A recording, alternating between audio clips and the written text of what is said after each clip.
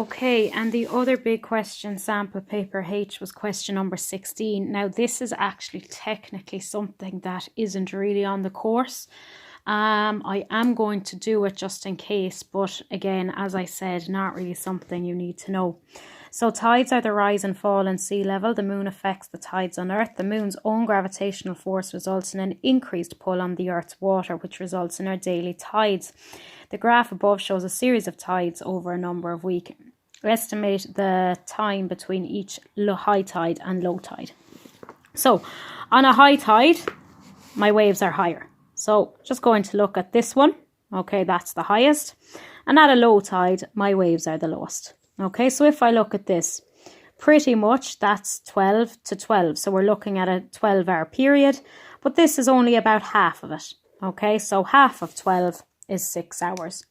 If you wanted to take any other example, it would also work. You're asked approximately, so we'll just take this one. High tide, low tide.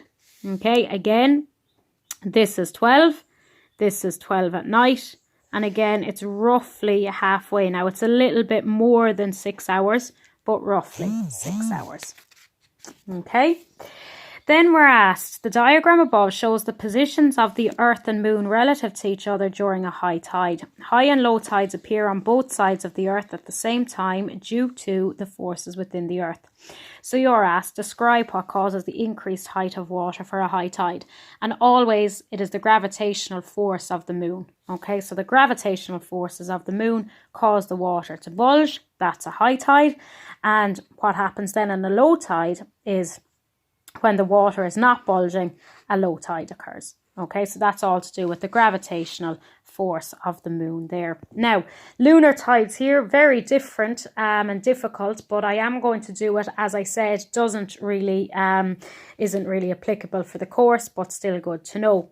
You often hear these two terms, spring tide and neap tide, so we're just going to look at it today. So the picture shows the position of the sun and moon relative to the Earth and the resulting high or low tide. Okay, the bulge is the high tide and the thinner bulge is the low tide. So if we look at this, it's kind of the outer darker blue and the low tide is the inner white.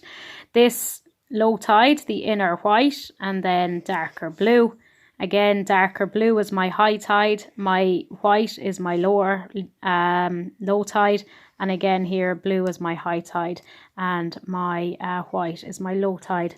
So you're asked, select one phase of the moon from the picture above and explain the resulting tide, and your answer should refer to the position of the Earth and the sun.